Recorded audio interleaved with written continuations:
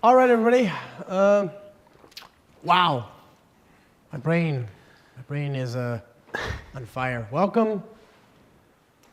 This is the last day, right? I wish, but Isn't it?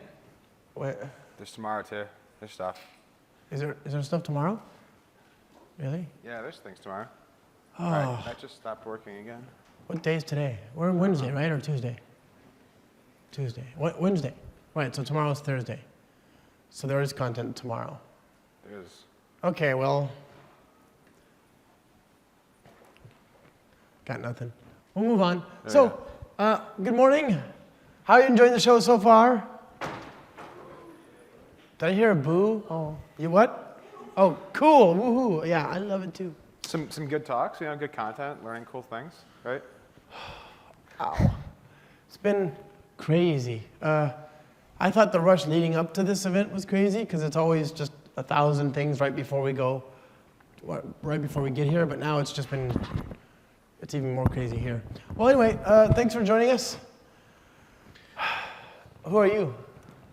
My name is Adam Koblentz. I'm a product manager at Zero Turnaround. I used to be an enterprise software engineer, and then I left to a startup and gave up all of What does enterprise mean? Oh, well, it used to mean writing custom frameworks on top of Java EE and Spring. Yeah, which was horrifying. But then I left for a startup. I gave up all my awesome benefits, but I'm much happier. And I get to be and talk to awesome people like you guys and Josh. Well. Yeah, see? And you are? Hi, I'm Josh. Who are you? You're supposed to say hi, I'm whatever, all at the same time. Okay, so I'm Josh. I'm Josh Long. I'm I'm a Spring developer advocate. I'm on the Twitters, so if you're on the Twitters at StarbucksMan, please don't hesitate to, say hi. It's kind of cool. It's the new IRC, so we're there, loud and proud. Love to talk to you. Okay, next. And and of course I work at Pivotal, and at Pivotal, we care about going as quickly and safely as possible. We have in Spring a very unique opportunity that there's actually about more than a decade's worth of apps out there, and a lot of these apps tend to be, if they were written with Spring Boot and with the microservices model in mind, hopefully they're very svelte and quick to iterate with. But of course, there's a lot of applications that were developed atop large application servers, these kinds of environments, etc. And so they can be a little bit slower to iterate with. And of course now, we also have this new destination for applications, which is the cloud. And sometimes you just absolutely want to be able to run your apps and make changes as you're developing on the cloud, and that can be a little slow as well, compared to just restarting it in IDE, that is. Yeah, one of the things that we found is pretty cool is developers, when Heroku started, right? It was like, I can now have a thing in the cloud really quickly, but I have no mechanism to get things there in a way I understand, and the cloud's kind of cool, but my laptop's where all the power is, and it was kind of new and figuring shit out. Yeah. Now, we have awesome stuff like Baconwrapped. Which integrates with Yeah, JRebel. So we're going to talk about sort of what it means to move through development with JRebel. First, we're going to take a look at what JRebel actually is. How many of you know what JRebel is? Okay, so for the rest of you, this won't be about half? Yeah, that's cool. Maybe a little less. All right. JRebel is made by Zero Turnaround. We make revolutionary developer tools. The idea is that I used to have a 16-minute redeploy on WebSphere. Yeah, see, you're laughing. Did any of you have a 15-minute redeploy? Yeah. Oh. Yeah. So you hit save and you spend 30 minutes doing nothing, right? And of course, but your manager doesn't know that. Your manager does not know that you do nothing, right?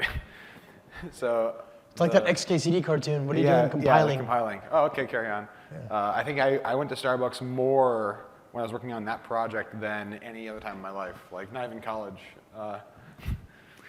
So we the joke is it's a bacon-wrapped Ferrari, right? Because what's awesome? Bacon's awesome. Ferraris are awesome. I want a bacon-wrapped Ferrari. So we currently have about 65,000 users. Then that also includes people who use our free version for students and non-commercial, for example. And the idea is that you don't have to redeploy your application anymore. build it, you deploy it, you hit save in Eclipse, you hit Control F9 in IntelliJ, and refresh in your browser, and your code just kind of works the way you want it to. And the idea is everyone sort of Hotswap, right? It's built into the JVM. You go into the debugger, and you can change a method body. Maybe you can use hot deploy, for example, and eventually you run out of permgen, leaky class loaders, for example, and you'll get that message that no one really understands why they're getting it in STS and Eclipse, like, unable to make this change, we have to republish your application now, right? And it's like, thanks, this is like the blue screen of death for a developer. Like, I don't understand what this is saying to me in my IDE. Basically what happens is, like, when you're making changes with hot deploy, for example, you're actually, creating new class loaders, and the other ones don't get garbage collected properly. And you lose state and all kinds of awful, terrible things like that. So if you have a stateful application, you might have to recreate this very long, complicated workflow. But you don't lose any of that with JRebel. And you can also change resource files. And we're also here because we have integration like with Spring and like 100 other frameworks. So if you have some poor sucker who has to use Java EE, oh, it makes Josh so sad. Like, look at him. Sad panda. Yeah, but if you have someone who is stuck using one of those things, or you're using Spring with some of the new awesome stuff also available to you, it should all kind of work. So the idea is that you may not realize how much time you're actually like spending waiting for your tooling, right? We actually did this. We had this huge experiment. We have a part of our company is called JRebel Labs, and what we do there is we actually we create reports, we create content, that's just generally interesting to people. And so we do this huge survey of about like 2,000 people, and we also get more feedback when we're at Java 1, and we ask people, like, how often do you make changes to your app in development? Are you constantly iterating? Is it very carefully planned? How long does it take you to make a change and wait for your app to build, for example? And the numbers are actually kind of absurd. We found that the average developer spends about a full work month a year waiting for redeploys. And I mean, just think about like what that means to you. Like, you are sitting there trying to get your work done, trying to hit your goal for the sprint, and you're working more and more overtime because you can't get your stuff done, and you're working more and more. You're not going home on time. I had a problem where I had, when I had the 16-minute redeploy, where I actually had to deliver this thing that was even more complicated, and I didn't go home before 10:30 any night that week, before the end of the sprint, because we're just trying to get this thing done. So we want to make you able to go home to your families, right?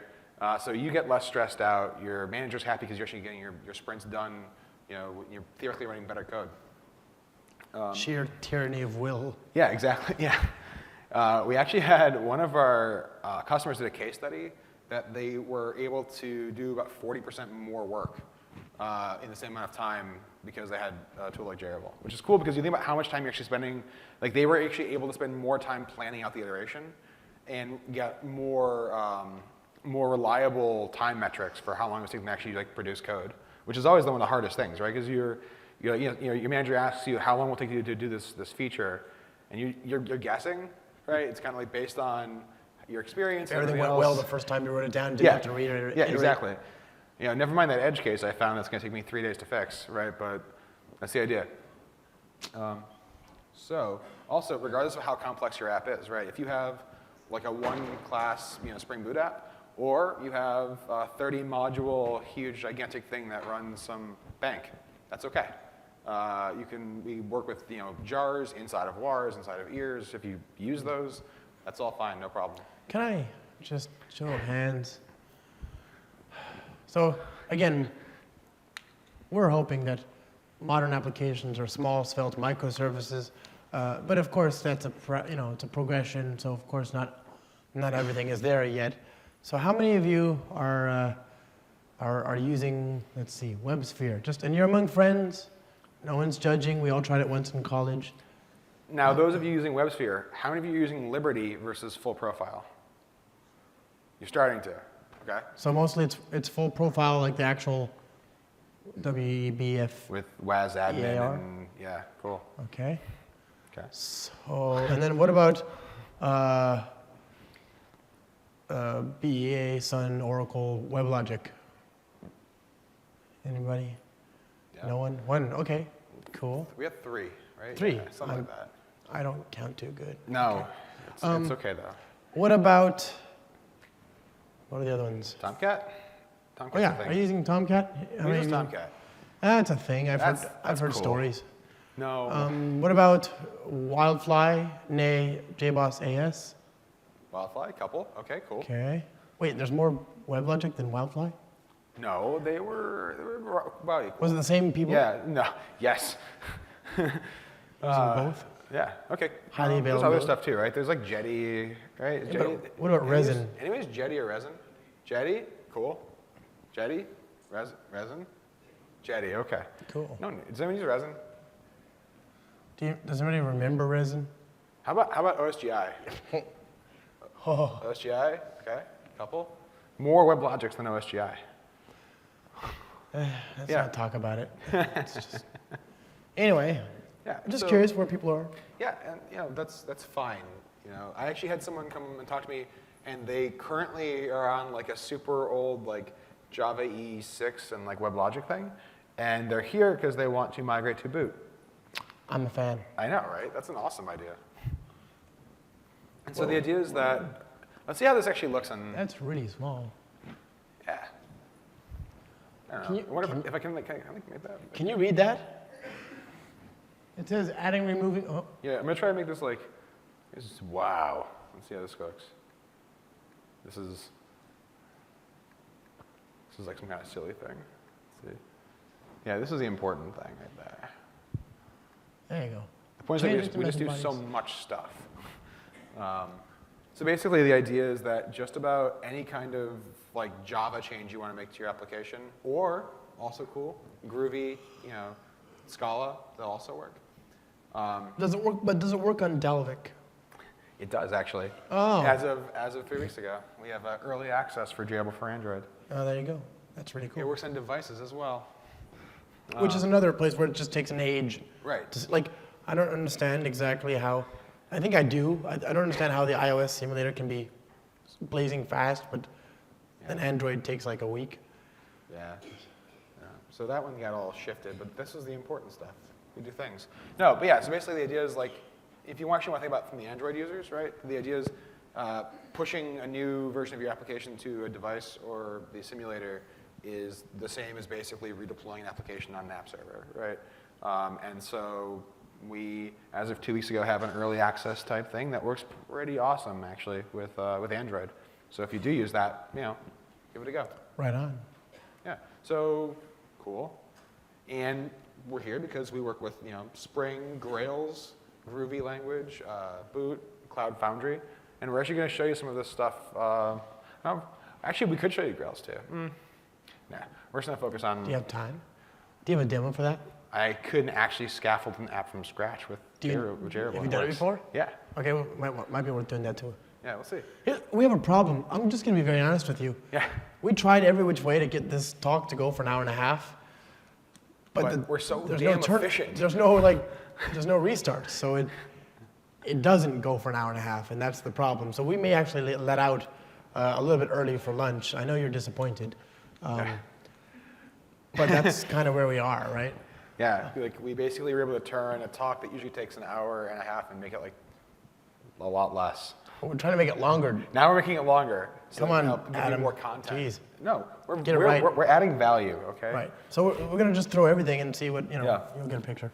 So what's cool is, like, the reason I was asking about the other stuff, right, is because obviously you use Spring because you're here and that's awesome, but you don't work in a closed silo. You exist in a team. You exist in some large corporation possibly, and there's other stuff going on, right? So while you may be working in some awesome Spring Boot Agile team, you might have to deal with other stuff, right? Anybody using Seam? Yeah, does anyone use Seam? Yeah, any of you Wildfly guys? No? Okay. Nope. Just wondering if anyone remembers. Do you remember Seam? What's Struts? I talked to someone earlier who actually used Struts was like legitimately there. Okay. Yeah. Hey. Let's not pick on Whoa. Okay. Before Spring MVC, that's what a lot of us were using. Yeah. So, but the reason I was asking is because we actually do work with just about anything that you want to work with, and I just kind of like to get a feel for what's going on in the world. Eclipse and STS are, my favorite, but there's also the guys who like, IntelliJ, like this guy. Well, and I love NetBeans. I do. Who uses NetBeans here? Come on, one of you does, right? It's okay. All kidding aside, it's actually really nice. So, they have auto-completion for Spring Boot and everything. They do. Too. Yeah. No, NetBeans I like NetBeans. So anyway, I have a friend named Geertrude who gets he gets sad every time I make a crack about NetBeans. So Yes. let's not say that. Yeah. Do you want to actually start writing some code? Okay. We can do that. Well, do you want to do the Pet Clinic one first? Yeah, sure. Talk about stateful. So the Pet Clinic is kind of a much larger application, and then we'll look at using Right. Spring Boot from zero to turnaround. Right. We'll go to From nothing to actually an app that does a thing and Yeah. make some changes to it. You'll see, we work with that kind of stuff. And then where are you going to go afterwards? Well, with that application, is it my favorite place ever? I don't always test my code, but when I do, I test it in prod.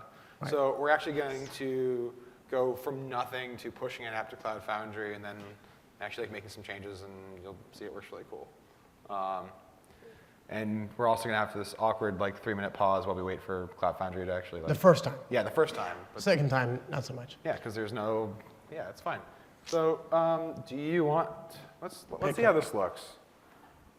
Let's see how this looks, because it's always kind of an iffy proposition when you go from a desktop to a projector. I can make the code bigger too. Let's see. It's all pixelated, man. Oh. It is really, What can we do about that? really ugly. I mean, if I do this, I don't even know what's going to happen. Is that better? That's a little better. Go back to Eclipse. Yeah, market it. Is that okay for you? You're happy? Okay. All right, awesome. So let's see how this goes. Actually, first let's just kind of talk about how to even get JRebel, right? So it's an IDE plugin for convenience purposes only. So you just go to the marketplace or the plugin directory if you're using IntelliJ and get it from there. And then configurations like 2 checkboxes. Pick your app server and your app, or just your app if you don't have an app server. And it's kind of cool. But let's just say that I want to start my application. This is so hard to do on the screen. Okay. I have Tomcat. I also have Wildfly running too. But if I make my font smaller now, here. No, big is good. Well, it's Big is better. Is that too big though? It might be too big. No, it's okay.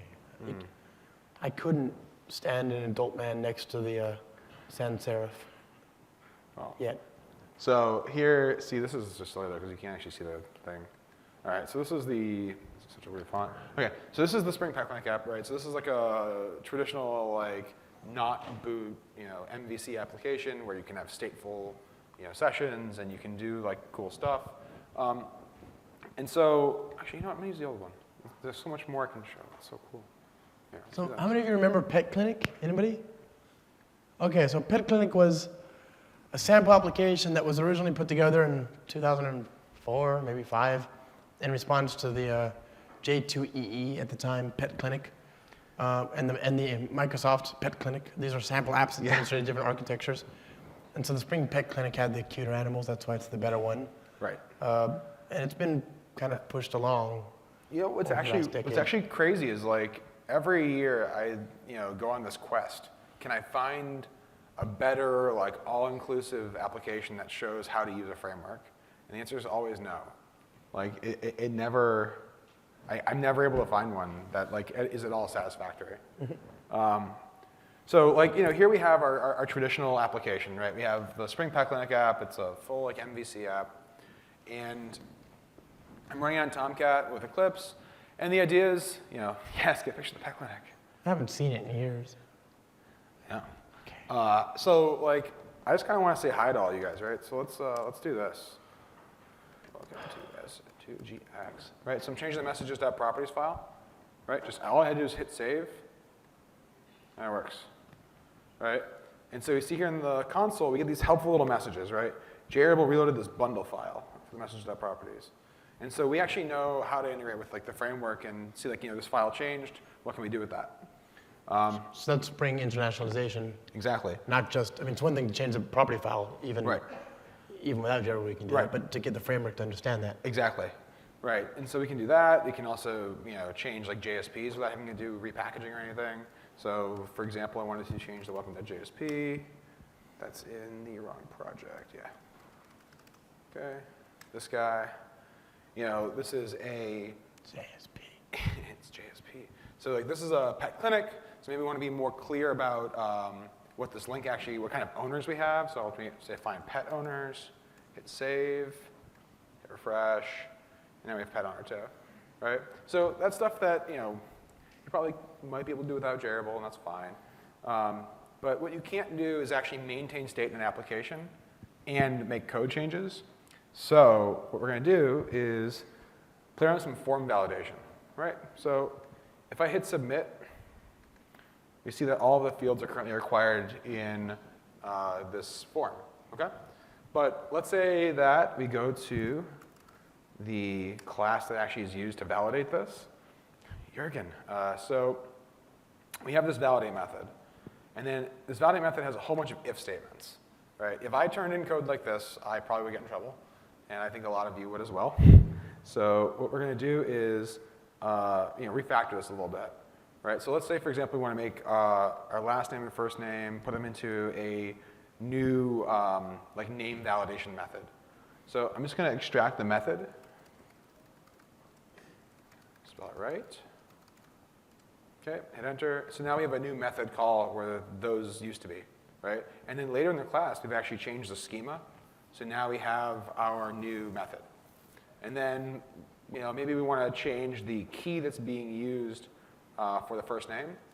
So I'll create a first name key and add that to the messages.properties too. So down here.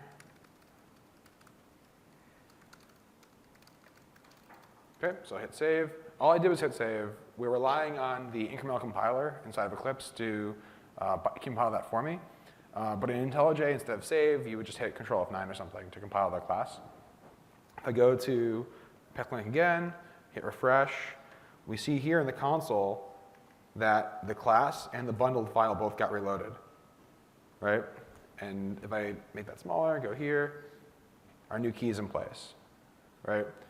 So I can also add some state, right? So let's say I want to put in a phone number, hit submit. We actually now have an object in our session that has that owner, right? That owner object now exists, has a phone number, and I can now make other changes too, and we're going to keep that.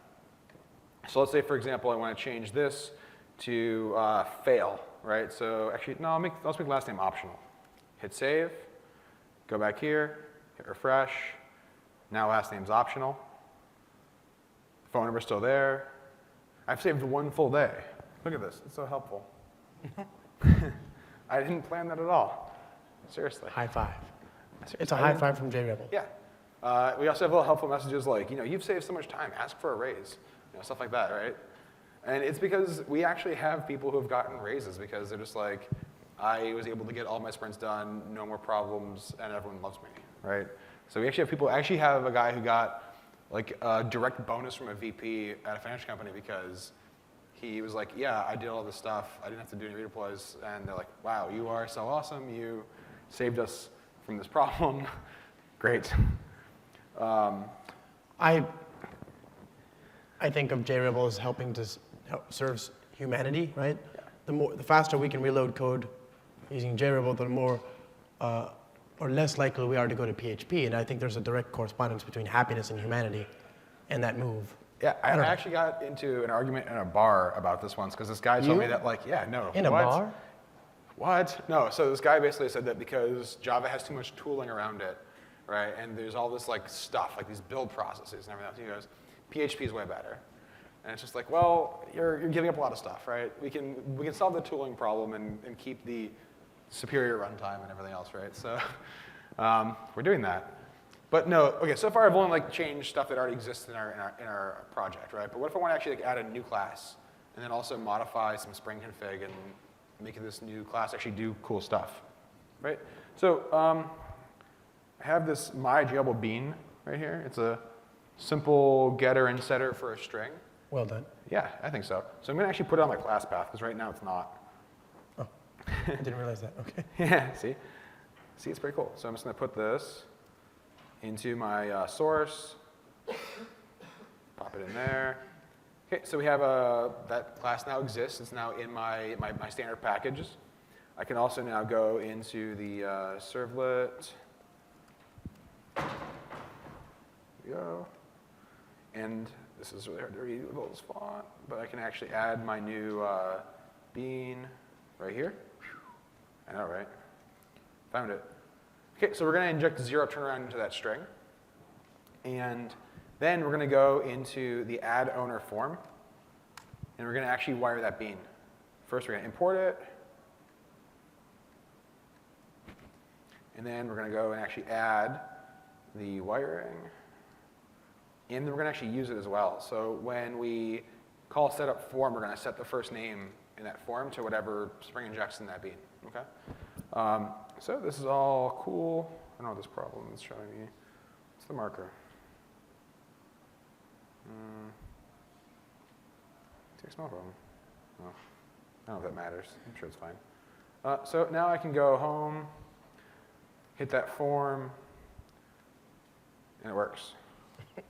Right? I mean, that's pretty cool, right? So we can see that actually that we hooked in, and we found like we need to reload the Spring Bean definitions. We added the new class.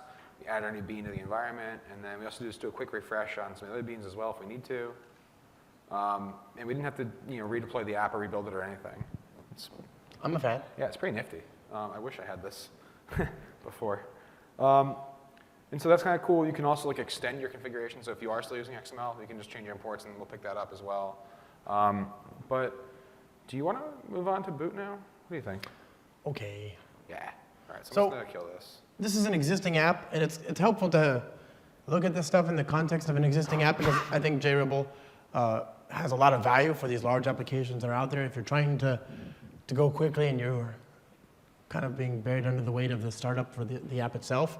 And those apps exist, right? There's a lot of apps that were built in yesteryear, and we can't escape that. And there's a gravity these applications tend to have where new features get added in because that just seems like the easiest path of least resistance. Yeah. But it's also to appreciate that this is something you can use when starting from zero. You go to starting from start.spring.io, right? So you want to go there? I do. Let's do this. So I'm going to go ahead and build a brand new application, my same kind of typical Spring Boot application.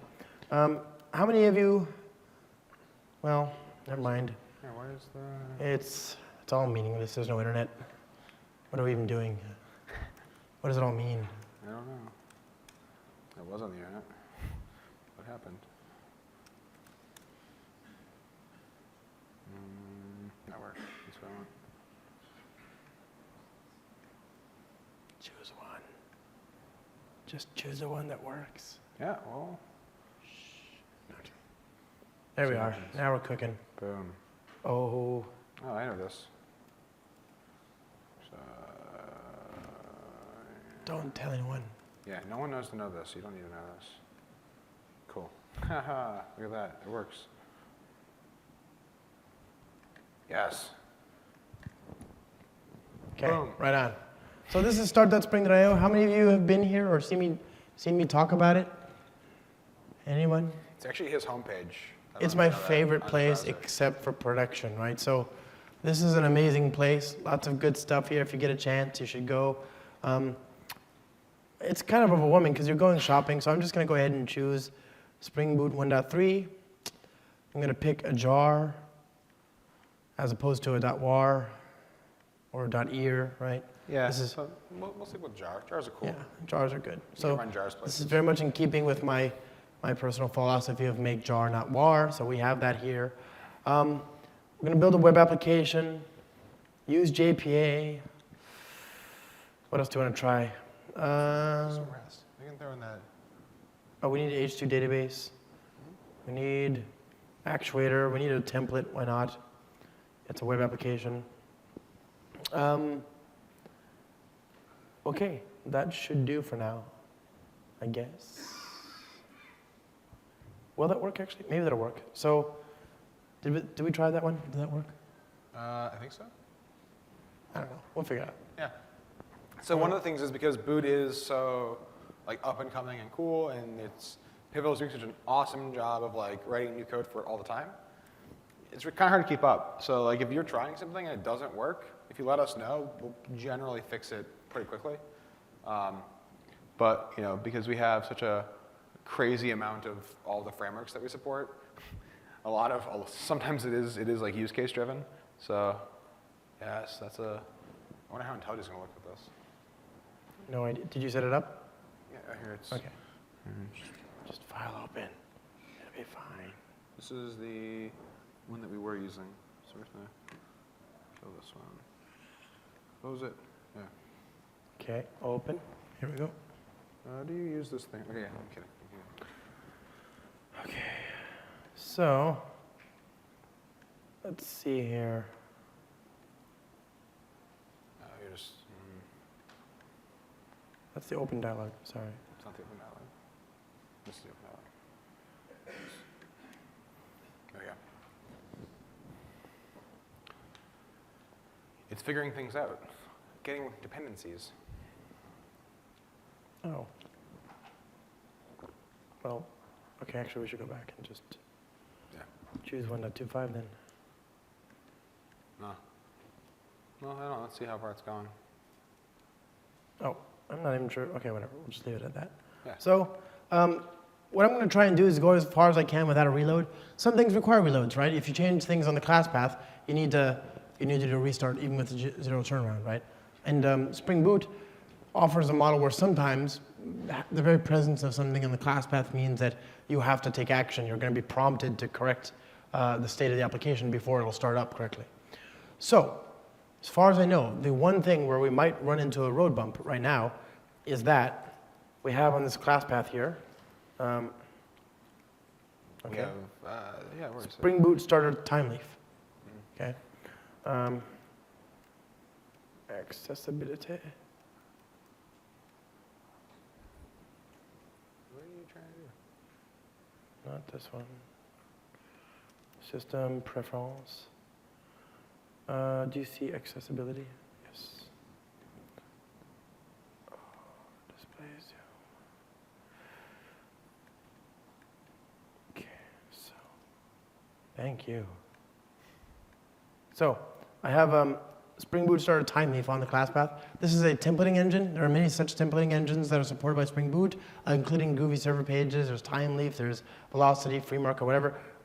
They're going to check for the presence of a template, and when it starts up, it's going to bulk at the absence of that template. So we need to satisfy it by going to github.com, beautiful microservices. Hello, computer. Take in this HTML, Command A, and then I'm going to create a new template here. And that will be the only thing that we need to do before we can restart. Okay, so we'll revisit it later, but if we don't have that, it'll fail. So like one of the coolest things about Boot is that it actually does add new dependencies as you have code that needs them. Unfortunately, like with JRebel, you can't actually add and remove like dependencies from your app, right? So like, for example, we work with log4j, but you can't change which version of log4j you're using while the app's running, right? They can't like modify your POM and have that work. But some of what Boot does is actually like, hey, you have this code in your app and I'm starting up, so I'm going to pull this thing in, which is cool, but that's one of the caveats. I'm a fan. So here we go. I'm going to run with JRebel. Now, did I have to do anything do you want to show the people anything that needs to be done in IntelliJ since we're visiting? Yes. So now that we are in IntelliJ world, we're just going to actually, all the things. We're just going to check this box. Right, so now we have this JRebel enabled on the module, and then we can just make this go away. And then when you run, I don't want to do all tests. There we go. Yes. Good. Cool. So then you see like you can always tell whether JRebel's like actually installed or not because of that banner when you load up in the console output. Just some useful information. Like, yeah. I think there's all the Boot stuff, which is awesome. The Boot banner is better. I think we can all agree. It is. Look, your ASCII art's better. I get it. Okay. Have we talked about this ASCII artwork? This ASCII artwork is beautiful. People, they ask all the time, can we change it? Can we remove it? And of course you can, but that's when I usually start flipping tables. That's a bad idea, folks. Why would you want to remove this ASCII artwork? We have 2 people on the Spring team who are doctors, PhDs. In their previous lives, they concerned themselves with the fairy stars above us. And it makes me happy to imagine that at one point they got a GitHub issue that said, we need good ASCII artwork. And they did, they delivered. It's beautiful, right? Now you could replace that, but, you know, could you do a better job? I couldn't. No, let's just be clear. I mean, No. I want to remind you of the tale of Icarus, whose arrogance and conceit in trying to craft wings that would fly him to the sun eventually brought him low. Could you do better? Maybe, but I doubt it. So just leave it. Now, at this point, I'd also like to take issue with IntelliJ. I've been picking on NetBeans. It's fair that I just want to have this out. I just want to say I think that we should start a petition and get them to remove this ridiculous feature. Now, this is the dumbest thing that they've ever added. So Why I are you actually here? spent the time to write a thing that removes the banner from Boot. Why? Oh, why? Why? When they're in the middle of making all of their like awesome autocomplete stuff, someone also said, let's spend 10 minutes doing this too. Well, we have like Why? if you use the Spring Application Builder, there's actually a programmatic API to remove it, but we didn't expect anybody would ever call it. That's just not, it's not kosher. So anyway, whatever, okay, I don't care. So it's running, it's fine. Okay, so the application's fine, right? We got the application up and running. I suppose the first thing we need to do is create a entity of some sort, right? So can you all read that? Is that a little too small? I'm gonna make Adam's font insufferably large. And then I won't notice because I don't really use IntelliJ that often. And then like 6 months from now when I open it again, I'll be really surprised. And then I'll send Josh a message on Skype just like making fun of him. Like, you jerk. He does it every day anyway. Yeah. I can't fix it.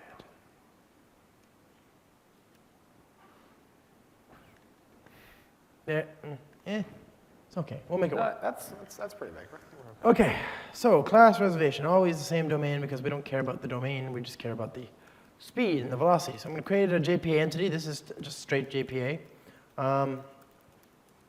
It's going to have a primary key here, at ID, at generated value.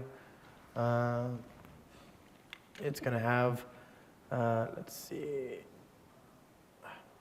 Hello. Sorry, I'm using Adam's keyboard here and I'm not feeling at home. Okay. It's going to have getter. It's going to have getters, alt, shift, insert. Yeah, so the way Josh was right now on my keyboard, so I often, like last week we were both in Norway for another show, and someone brought over their computer to me like, hey, help me figure out what's wrong with my JRebel install, and the guy has a Norwegian keyboard, and I'm just going like, I don't understand why it's so hard to write a /. Like, why do I have to hit 3 keys for like? Literally, Yeah. oh, Control N, okay, generate getters, There you Control N, constructor, Control again, okay. ToString. And keep in mind, like while he's doing this, like the app's still running. So like if you actually had, something that you're actually doing useful with it, then it would still be up while he's doing all this cool stuff. So I'm going to create a command line runner that'll, will that work? That should work, right? Yeah. No, you know what you should do? What's that? Using the old version of JRebel. Oh yeah, please, update. Yeah, okay, cool. So basically, last year we came out with a new core for JRebel that does some more stuff. Like you can now actually do like the interfaces and superclasses and everything else. So actually what we should do is just cut this. Or yeah, it's commented out. I commented out the things that we did that are meaningful. Yeah, okay, cool. So what we're gonna do, while you were here, I should have done this. So if you ever get a message in your IDE saying that you should try the new core, this is what it means. Basically, we keep the old core around just in case someone actually needs it for some reason, but the new core lets you do a lot of cool new stuff. Like, So do I have to restart for that? yeah, because you change your Java option. But like, basically, the new core lets you add and remove implement interfaces and superclasses, and actually will migrate fields. Like if you extract out a new superclass, it'll actually migrate the field and then save the state in the instance. So It's pretty cool. But yes, changing a Java agent does require you to restart your JVM. So, but what's important is Josh commented out that annotation, and he will then uncomment it, and it'll work splendidly. So are we good? Oh. As soon as boot's booting. Okay, we're up and running. Here we go. Yep. So interface, reservation repository. This is a Spring data repository. It's going to use entities of type reservation with a primary key of type long. I'm going to use JPA here. I'll bring in the command line runner again. I'll create the bean. A command line runner is a Spring Boot interface that gets called when the application starts up. It's actually really cool how it works too. Like, it's a pretty cool way of just like seeding some information into your app and that kind of stuff. I'm like a fan. adding args. So good for that. And I'm going to arrays as list Adam, Josh, Mark, Peter, Brian. There we are. Dot for each x. It's also like, JRebel does work with all like the Lambda stuff in Java 8 and streams and everything else. So Josh's Lambdas are going to work perfectly. So if I just do build, Yeah, just command F9 on yours, eh? Yep. Will I see results? Yep. So then when JRebel sees that the classes got compiled, it actually shows you messages, and then in the new core, it preloads them into the JVM before you use them.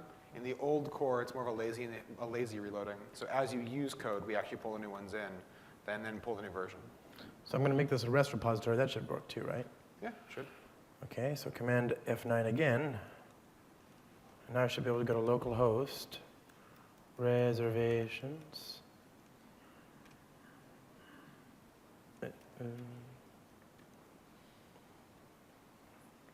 Did we do this one before? Yeah.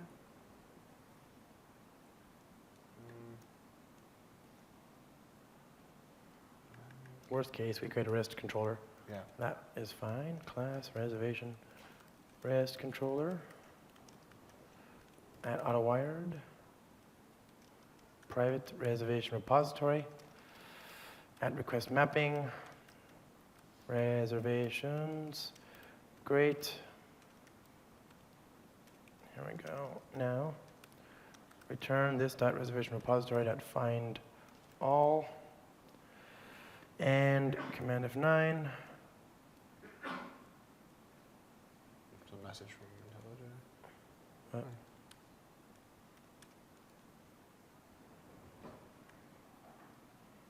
Did it do it? Did it do it? Looks like it might have. There we go. Sure. So there's the data. That was a REST API, a very simple Spring MVC component, right? Obviously, this wouldn't be much of a demo without some sort of an MVC component as well. So I'll actually build a regular Spring MVC controller like this, as opposed to a REST controller. Reservations, MVC controller, auto-wired, private reservation repository, Alt-Enter. And I'm going to create an endpoint that'll have a URL that I would never actually use in production. This is a demo. I just want to underscore that here now. This is a hypothetical, okay? Something nonsensical that will never ever happen in the real world. Reservations.php. Now, page model, and I'll return this reservation repository find all. Nope, I'm going to return model.add attribute. Sorry, reservations. New line for space and posterity. Return the string, reservations. And that, of course, will resolve ultimately. It'll be resolved via a view resolver, which is a Spring MVC ISM. It's a heuristic that will look on the class path for a template. It'll plug in the string reservations into that heuristic. In this case, the auto configuration for time leaf will automatically be set to look for the template in source main resources templates, like that, okay? So if that's up and running, command F9. Oh, and of course, you recall we have this template here, right? That's where we kept it. And that was what we had to add originally to make time leaf happy when we actually started the app in the first place. Exactly. There we go. Time leave because it does the scanning. It freaks out if it's like there's no templates. So you need to have something. So that worked. That worked well. We've got, we can see that with Spring Boot, there's still a value in having the JRebel support there because for the common components, for the kinds of things you're going to want to do, this is really, really powerful. And even if you don't, even if you're just saving a little bit for the restarts, it helps and it adds up, a death by 1,000 cuts. However, where it really, really gets nice, especially for me, because I spend a lot of time in production, because I love production, is the ability to actually move this application to a cloud and then sort of get that working. So can you want to take them there? I think that we can go to the cloud. Okay. All right, cool. So one of the things that you've probably heard a lot about this week and the last few months and maybe even a year from Pivotal is microservices are really awesome. So if you want to run microservices, we've actually partnered with Pivotal to get JRebel as part of the build pack. So if you use JRebel and then you go to actually deploy an app in Cloud Foundry, we actually do the server-side config for you in Cloud Foundry, and you can just code the same way we are now without having to restage your apps. And it's really cool. What's a build pack, Adam? Well, you see, when you're using Cloud Foundry, you basically pick what kind of app you want, and here where you're going to use Java because we're cool. We're Java devs like that. Yeah. And so the idea is that I'm actually going to take you through the experience of taking this application and then pushing it to a new app in Cloud Foundry, and then we can show that stuff actually works the way that we want it to. So the build pack is the bit that actually looks at the incoming code from the client, whether it's a java.jar or a java.war or a PHP application or a Rails application or a Node.js application or a whatever, and it detects what kind of artifact it is and it detects the environment that it's going to need. So for example, if it's a Java jar, it'll lay down the JDK8, it'll lay down a class path, it'll lay down the path variable correctly and all that stuff. It'll set up everything you need. If it's a .war, it'll stand up Tomcat and then deploy inside that for you.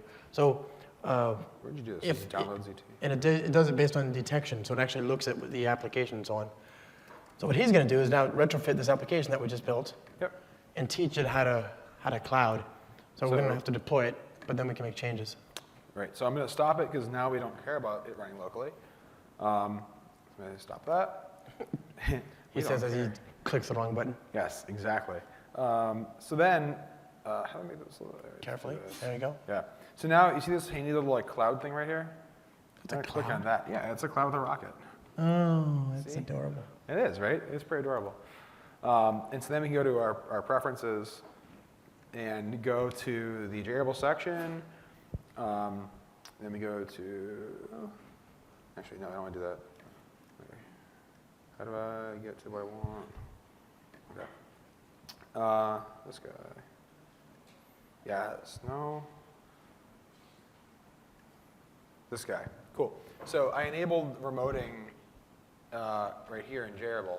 And what you do is we actually use the servlet context of the deployed application, and that's how we get the files into Cloud Foundry.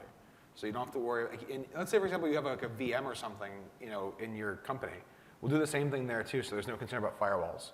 So what I'm going to show you is really cool with Cloud Foundry. If you're using Spring Boot, microservices, this works pretty well. But if, for example, you are in a different paradigm where you have like a VM somewhere, or you have Docker or something, this will work the same way. I'm going to, I don't have an app yet, so I don't have a URL, but I'm just going to do that. This is your thing, right? ZT? Yep, cool. So he's going to deploy it to Cloud Foundry. I'm sure you've seen this once or twice this week. Yeah, maybe you guys have seen Cloud Foundry. So what I want to show you is, this is really important, is this file, rebel-remote. This is the magic sauce that makes Java, that makes the build pack add JRebel and do awesome stuff. So what we're going to do is, I'm going to build my app. It's going to take a little bit, but it's going to be really cool and worthwhile. Cool. And I'm going to end up with a jar. We have tests. Why did you write tests? Wait, what? Just ran tests. It's the default test. It just starts the application up and down. I know. I'm kidding. So on your machine, that start up and down was 11 seconds. It's 11 seconds that JRebel saves us. Yeah. The wire's off the screen. 1 second. So you copy this. The jar. There we go. Okay. All right. Happy. So now I'm going to actually create a new app. Somebody CF, push. What do you want to call this? Do control out, clear screen. Oh, okay, I can just do this. Yeah, there you go. Okay. What do you want to call this? I don't know. JR boot S2GX. Sure. Yes. And then T add a timeout. Dash P, is that right? For this guy? That's the path. So Yep. the first parameter specifies the timeout Yep. because it's going to wire up a Java agent that needs to be there. So you notice that it's just a wee bit slower at startup. But of course, you more than make up for amortize over the subsequent restarts. And the idea is also, if you are in like a true microservices architecture and you're working on like 5 services at once, that's cool. You just push them all, get them started, and then you'll add the URLs for each of them into your ID, and then you can just work on all of them as if they were native on your local machine. So let's see what happens. So this will take a few minutes. Yep. In the meantime, since we are trying to very, very clearly stall here, anybody have any questions? Yeah. How does this differ from DevTools? So DevTools is a thing that's in Spring Boot 1.3. DevTools just tosses out the application context. So Java itself has some overhead as well. So that's one of the things you're gaining by using something like DevTools or Zero Turnaround. But as a result, you lose all your state. So DevTools just tosses the application context. It's fairly fast for modern Spring Boot applications today, especially microservices, to just throw away the context and then start again. If your state is in the session, then you're going to lose that. But again, hopefully you're not doing too much with the session. But what's also cool is for example, let's say you're using the in-memory database and you have JPA or something in your service, and you have data in your in-memory database. If you make changes to your JPA stuff, like your entities or whatever, we'll actually pick that up and do the right thing in the in-memory database so that your fields actually persist the way that you expect them to. And so you don't trash that either, right? So even if you don't have session state and you just have some database state you're using for your app, you won't lose that either. And so it's pretty cool. Does that help? Okay. Other ones? Yes, sir. Ma'am. Sorry. I'm sorry. Just before I even saw. I'm going to look next time. I'm really sorry. So what's the support for single-page app frameworks like AngularJS for both Spring Boot and JRebel? Well, as you add, so when you're making changes to the single-page app on the client side, there's a couple parts to that actually. Yeah. If you're just doing regular HTML and you're not doing a build pipeline like Grunt or whatever, you could probably get away without JRebel, right? Because you can actually reload those Just templates and hit artifacts refresh, in the yeah. class on the client, and you can tell even regular Eclipse or IntelliJ agents to load the JavaScript. If you're tying it into a build pipeline, of course you're going to want to run that step, and then you'll have updated content on to be served artifacts, HTML pages. So that's pretty normal. But if you're adding REST services, if you're adding business logic on the back end, that can become a gating factor, especially for a large application. So if you have a lot of services in the back and you've got a lot of state there, it's going to be nice to not have to trash that state every single time you want to add a new server-side endpoint. Yeah. Also, with JRebel, everything is being done server-side. So if you hit refresh in your browser to pull in some new thing, if you had some JavaScript, you're trashing the JavaScript runtime environment when you do that. So that would be a concern for that. Yeah. Let's say I'm using post construct or after properties or changing the method signature. Would JRebel be able to use all of those as well? Yeah, so you can change things at post construct. You can change method signatures to absolutely. So you can change signatures, schemas of the class, like if you want to add or remove. You can new statics. You can actually change things in the static initializer of the class. Like I said, there's a state migration from superclasses and stuff. Oh, yeah, so it's worked. So Yay. now, hold on. How long did it take? Again, remember the alternative to this is standing up a server, right? So again, this is a market improvement over not having a cloud. However, if you're trying to do development and there's some configuration issue or some weirdness that's only happening in the cloud environment, it can be very handy to be able to push changes from the client. Do this and just close that because I keep getting mail notifications. All right, cool. All right, so we can open a new one, new fancy little guy. JReboots S2GX, Yep. cfapps.io. Yep, cool. So let's do this. Copy that into the Chrome. Okay, cool. So this was actually the thing that you did. And then we can do. Cool. So our app's now in Cloud Foundry, and I can take this URL, like I promised, and put this into IntelliJ. Go back to that screen. Add our application. Hit apply. Hit OK. Now, when I make a change and I hit the Control F9, it'll actually synchronize that change to Cloud Foundry, and then we can just hit refresh in Chrome, and you'll see that it works. Can I also debug? Yeah, actually.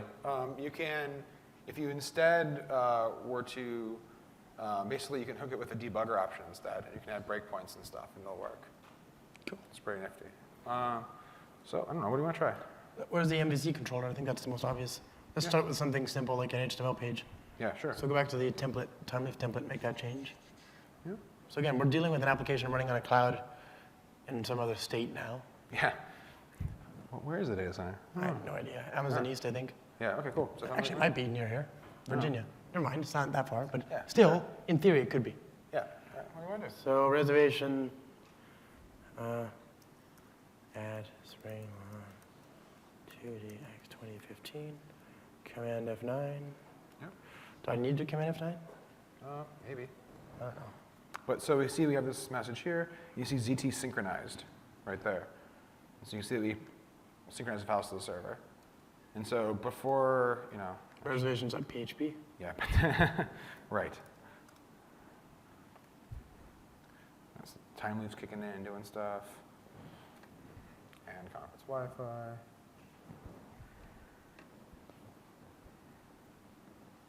Hello, computer. Computer box.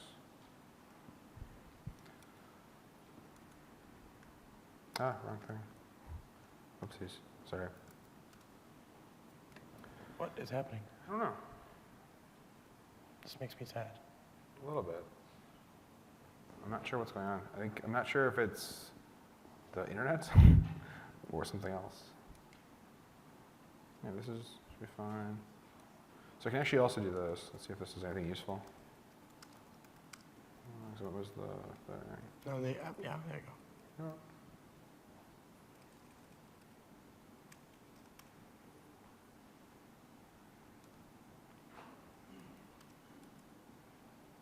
Go to the code in the meantime. Yeah. What's the MVC controller? Yeah. Doobie-doo-wah. Yeah, it looks right. Yeah. Are you sure you're using enough force? Enough gusto? Yeah. What the heck? Ah, what happened here? You broke it. No. Log back Yeah, is I don't throwing chunks. Yeah, I have no idea. Yeah. Of course, this worked just 10 Yeah. minutes ago, It did. or 20 minutes ago, whatever.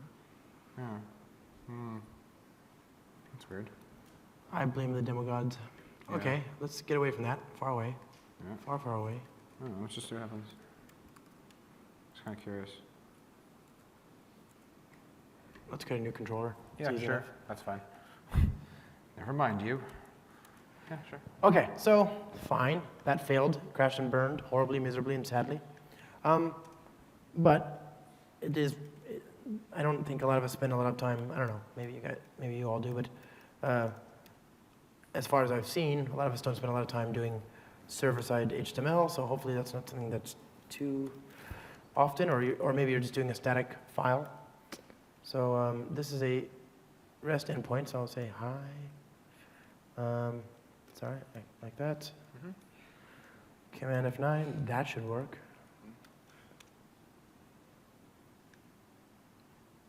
Dude, what just happened? Oh. All of the magic that was working just stopped. Mm-hmm. Okay, so I picked it up, it synchronized it. Let's try this. I have an idea. Literally no idea. I do. I have an idea. We just did this. Like literally, right. That was the one part I was a little worried about. So we just did it.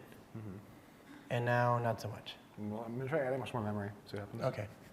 Could be good. So the Java agent is, after all, keeping its own dispatch table of everything in the virtual machine. It's a little bit of indirection between the actual tables and the code that's running on top of it, So on top of the class loader. Basically, we instrument like all the app code so we can make it rewritable by us. And so it's possible that I forgot to add the memory flag this time, and that's the problem. Oh, you. I know. Well, anyway, if that's Yeah. it, that would make sense because you need to keep the memory somewhere. Right. And memories usually I keep my memory in memory. Yeah. So let's see what happens. maybe This he actually should doesn't. go faster. No, well, if I did it, I wouldn't have forgot that, would I? So actually, you can also follow along with the logs, and you can see what's happening during the build pack initialization.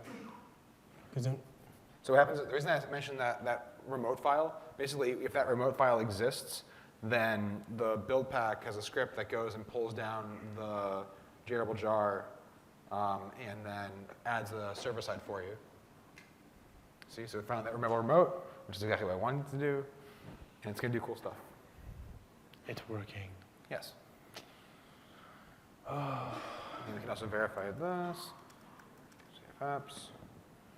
Now I have my memory, so we're good. This is obviously way more than I actually need. 2 gigs is an absurd amount, but I figured this way we're absolutely safe.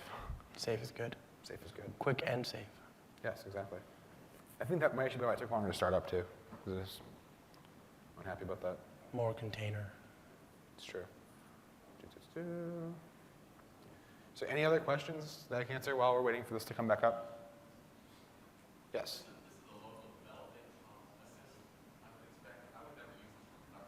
No. Well, when he says production, he doesn't mean like actual production. Production-like environment, so you can actually have parity. Never in production. Yeah, please don't do that. Yes, exactly. So when he says production, he means like the cloud. Yes. So that you can, if you get it working in your local one, you then CF push to the real thing and you know it's working. Yeah, But you can iterate and so on quickly. yeah. So that, yeah, sorry if that was not as clear as we wanted to be. Yeah.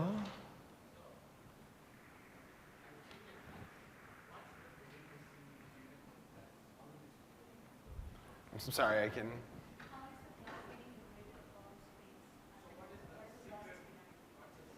Well, I mean, it's a secret, right? So because he's asking basically what we do, and so we basically, like I said, we rewrite the classes with some instrumentation so that we can make them rewritable and do whatever we want to do with them.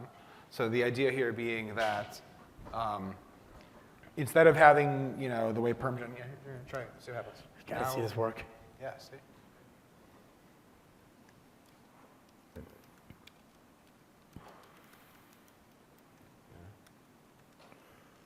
Please.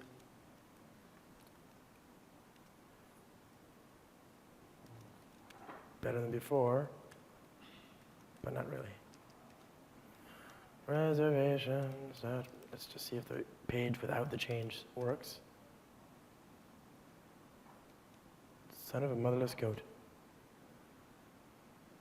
Yeah. Go to the logs. Kind of curious. Well, isn't that a REST controller? I think so. Maybe. Yeah, I don't know why logback is doing anything here.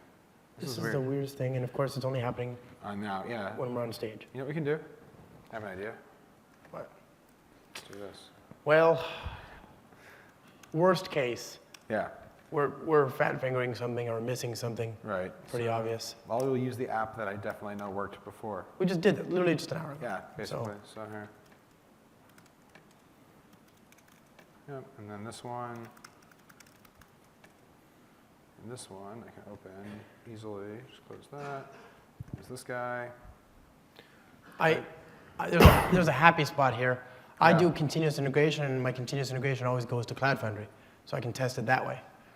When I'm doing microservices, I do a lot of my development locally.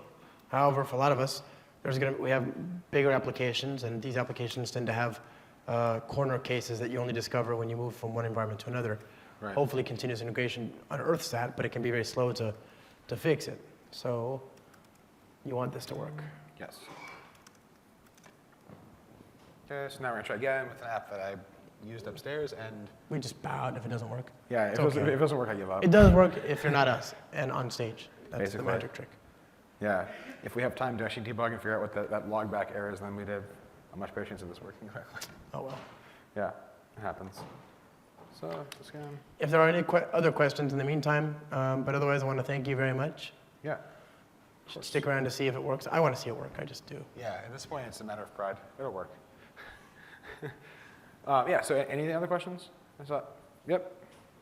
How about AspectJ? AspectJ is interesting. Some of it works, some of it doesn't. Depends on what you're doing, right? Because if it's like compile time type stuff, then no, because you'd have to basically call your, you have to call whatever actually runs that again. But if you're doing load time leaving, it should be okay. Yes.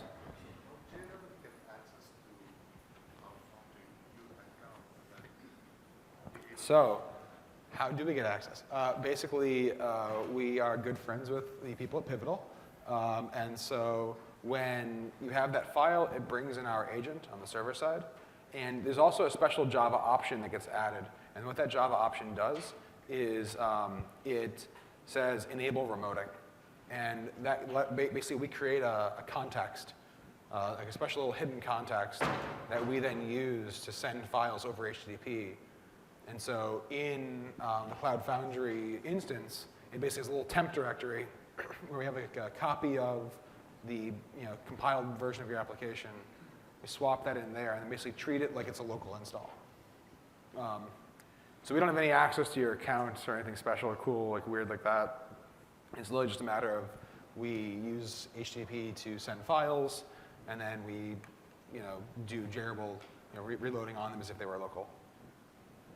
Yeah, and this is how we're able to avoid having to deal with like firewalls and stuff in like enterprise environments, right? Because we're always using HTTP, and they can't block that because that's what you're using for your app in the first place, right? So you want to make sure. Here. So which file is it? Which project? Well, let's just make sure that we do this first. Make sure that we have the right. Don't you have to open up the project? Oh, it's that one. Yeah, right. I just want to make sure that we have. This is the right URL. But That's important. No, but which code? We're working at the wrong code. No, this is the one that worked upstairs. Okay. This is the one where, at this point, we're just showing a change that actually does a thing. Okay, let's do it. Right, so here.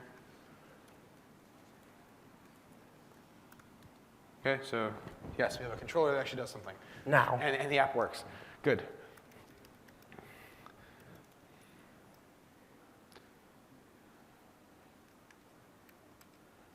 Oh, that hurt me so bad, but it works.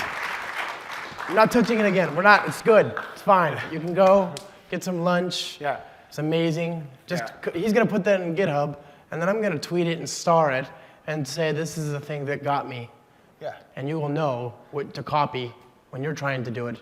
Like and really, not get got. there's some thing that, I don't know why logback is having issues, but you can see we synchronized that to the URL with the context, and the file was transferred successfully. No repackaging after that. Was it the Spring Boot version, perhaps? It might have been the. Might have been this. I'm using a milestone versus that. Yeah. Oh, that makes me so sad. Let me see. Was there a timely file in this one then? No. No. But we can add a new controller. Yeah. We're gonna do that just in Yeah, case. let's just do that, just for posterity.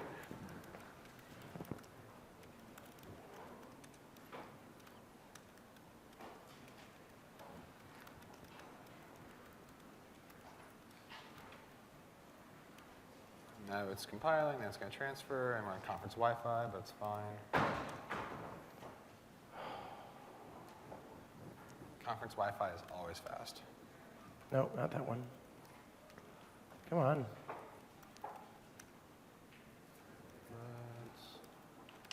It's maybe slash hi slash again.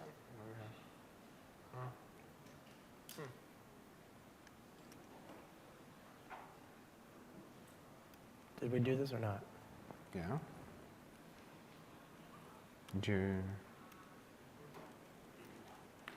Here, it's loaded. Yeah, you.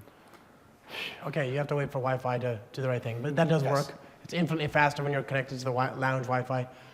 Yeah. Thank you so much. Yeah. If you have questions, we'll be happy to take them.